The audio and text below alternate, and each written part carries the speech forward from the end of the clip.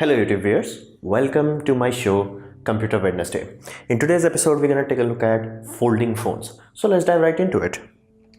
Now first thing you have to understand, this is the next big thing. Then question becomes why this is happening. One simple reason, current generation of smartphone is basically stuck. Now these are very old smartphones, but can you tell the difference? No, because at this point in time, all smartphones are just one big black brick. Some are thinner, some are fatter, some have more speaker, but at this point, you can't tell the difference between one smartphone and another. That has very serious side effects. Now, that created a scenario where sales started to go down. Basically, in early days of smartphones, you can easily tell the difference between a very high-end smartphone that costed, let's say, $1,000 or like $600 versus a $200 smartphone. However, today, especially after the advent of Google One, even cheap Android phone can compete against very expensive phones. Now, of course, it won't be as polished or as smooth, but it will be like 3 times cheaper. And the highest end one cannot actually say, oh, I'm 10 times better or I'm, multiple times better. So in current scenario, you are having a scenario where market is dipping. So that dipping is very dangerous. Now this is Sony. It is affecting Apple also. You have to understand this. It does not matter that Apple is selling 100 million pieces. Only thing that matters is like how many pieces more they are selling. Let's say their last year, let's say in 2016, they sent they sold 100 million. They must sell more than 100 million in next year, because when you are in stock market, your things must go up. Otherwise, you will end up losing money without even having any loss. Like you're like, okay, I'm selling 100 million units. Okay, cool. But next year you sold, let's say 110 million. Here's deal. Your stock prices will start to dip down because people are like, oh, dude, you are not growing. And let's say by some bad things, dip down to 90 million. You still sold 90 million, which is more than good enough. But because of cutthroat nature of stock market, you will start to lose money. So even Apple is suffering from this. Every company is suffering from this. That is why we have to do something. Like as in companies have to do something. So there is this race, folding phone. Now the first contender was FlexPi that released in January. Now do understand that this is not meant for an actual smartphone. I'm not even sure how many pieces of this will be sold. This FlexPi is a company that specializes in flexible display. They made it for billboards or for your t-shirt or hat or things of that nature. So this was just a gimmick to get them more attention. And I'm not gonna put my money on this. And the people who used it, this literally flat out. It was nowhere near as polished as it should be. Then comes the big contender, Samsung, February. Now this is people are classifying as first folding smartphone that will be available in market. Now what Samsung has done is kind of unique here. It's like we had this sort of design where it folds outside, but Samsung decided to put the fold inside. Benefit of that is that the screen will not get scratched, and the hinge mechanism itself would be much more sturdier. Then just few days, like Samsung releases this is very expensive. Huawei comes along and it's like even better folding smartphone. And then just few days after this, Oppo comes out, and Oppo is also like, okay, now I also have a smartphone. These two don't look apart. I think they are getting their hinge from same manufacturer. So these are the actual 3 contenders. This is just a gimmick. This company just wanted attention, and they are like, okay, this is our first folding smartphone. So let's talk about Samsung. Is it smart or stupid? Now you have to understand, Samsung has been making bold moves recently. Lot of good features and lot of useful features have been coming along.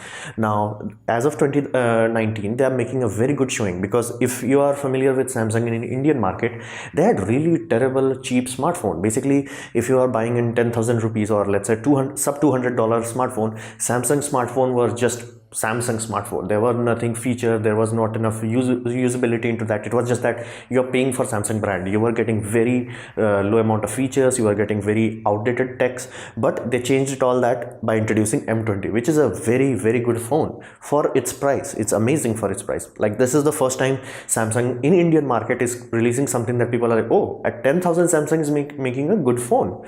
That doesn't used to be the case. So Samsung is doing a very good thing, and we don't even have to talk about high end, because Samsung is the high end at this point.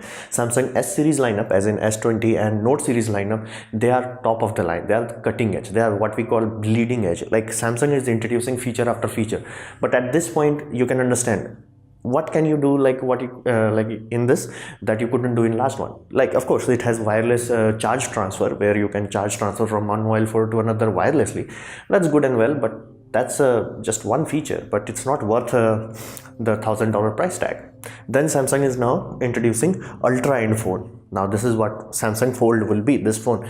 Now why they are releasing it? One thing you have to understand, every year, no matter how many smartphone comes out, people have this aurora around Apple. It's like it's a luxury phone. It's a, you know, it's something big, bold. Because be mindful, even though Apple says their phone is like, let's say $999, it's actually $1,600 when you are actually going to buy that, because they do not allow you memory expansion, and the lowest end one is like 32 GB, which is not enough. Even when you are using Apple, it's not enough. People buy 64 or 128 GB. Those versions do cost a lot, significantly a lot. So that's why when Apple will show, they will show you the cheapest price of the cheapest spec, as in like 32 GB is this much. When you go there, you will be like, yeah dude, 32 GB is not enough in 2019. I want something bigger.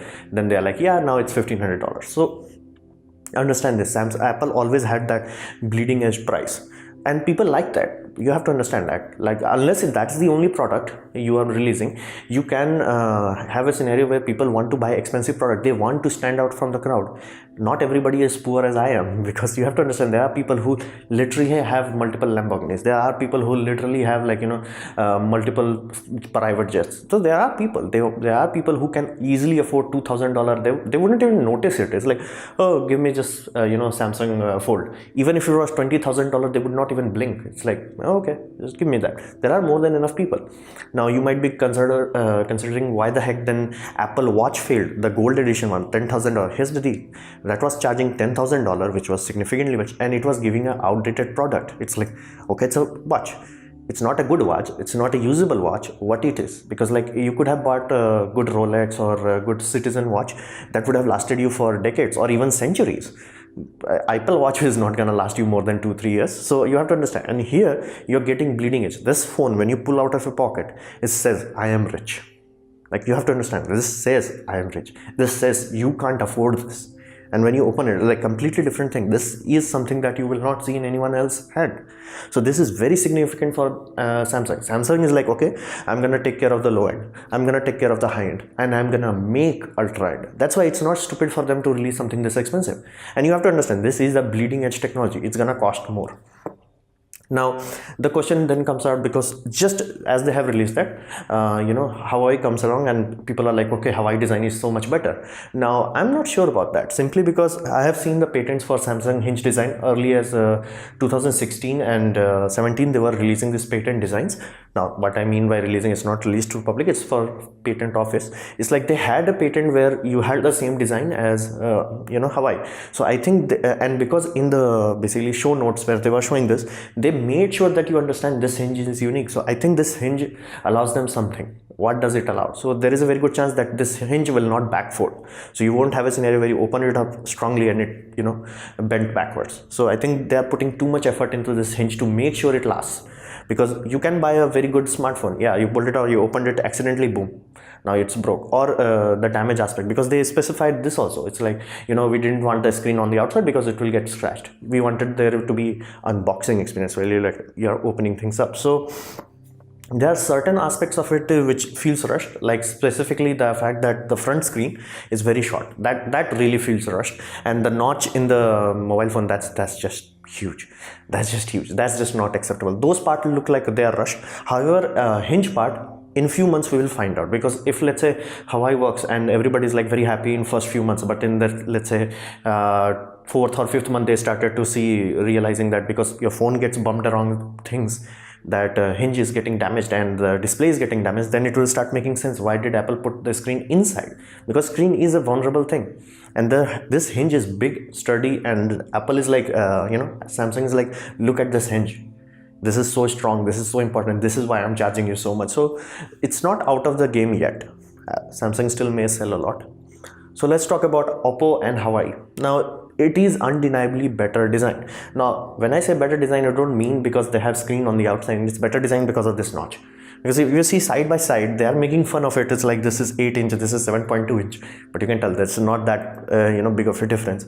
In folded one, yes, that's the biggest advantage. Like, this is barely 1 centimeter. This is 1.7 centimeter. So you have to understand, in folding, yes, it is better design. But when opened up, if Samsung would have made this notch smaller, nobody would have noticed it. And this does have better design, but people are like, first thing they are worrying about is that you can't have glass here. Now, why do people want glass? Think of it this way, plastic is very good. You can get plastic that is very transparent. You can get plastic that is very durable. Heck, you can get bulletproof plastic. Problem with plastic is it does not retain its structural integrity. Basically, if it's flat thing, plastic will warp. That's why we use glass. That's why we spend so much time into making Gorilla Glass, is that it should be flat and it should remain flat. Because plastic can do that. Plastic can protect your glass from scratches. Heck, there are plastic that self-heal. I'm not making that up. You can buy those plastics. So the problem with plastic is, like, let's say you hold it somewhere, it will dent there. So that is why we want flat screen. That's why we want glass. So when you have something like this, there could be a scenario where you opened it up and that area plastic started to wobble, and then it will destroy all your experience, because it will have weird shading. It will have, not because of the screen is defective, simply because how light is reflecting off of the surface. That is why we spend so much time trying to get glass back. And it is even more expensive. Huawei is flat out aiming for $2,600 price. That is upwards of 2 lakhs in Indian rupees. Now, okay, then again, this also has the benefit of, like, you put it in put it in a dinner table, people are like, oh dude, you're rich. So this has that benefit. However, it does have suffer from low availability. It won't be available everywhere, not even in North America. So that part does hurt, but let's see. And I'm pretty sure if Huawei releases it at $2,500, Oppo will release it at, like, $200 less. Like, just undercut it a little bit. Or heck, let's say Samsung start to sell more, and then Oppo will release their product even lower than Samsung. So it's very good for consumer, and it's very good for smartphone industry, because it is a good thing. It is a usable thing. It's not a gimmick. It's not a gimmick. Would be like putting 6 to 7 cameras in a mobile phone. That would be gimmick. This is a useful thing if done correctly. And Android is the best hardware, not Apple, because Apple still hasn't provided multi-app usability in the same screen. Split screen working is still only locked for iPads. So in closing, I want you to understand this. This design may seem multiple times better than Samsung's design, but we still have to check the durability aspect. That alone can ruin this, this design. That alone, like, let's say people started using, they opened it up and sometimes they were like, sneezed, it snapped backwards. And because this also has a clasp, you have to understand that you can't just open it. There is a button, you see this one, you have to press this button, this releases, there is a catch mechanism that opens it up. So I think there is a spring also into this. So there are still a lot of things that you have to understand. This looks better. On paper, everything is better in this. However, durability is still unknown. So this was my presentation on folding phones. I hope you liked it or learned from it. In that case, please leave a like. Please click the ads shown in my videos, and I would urge you to subscribe. Press the bell icon if you're free, and if you didn't like it, don't worry about it. You can press dislike. You can press it twice to show your extra disappointment, and leave a comment because I reply to all of them. And as always, thanks for watching.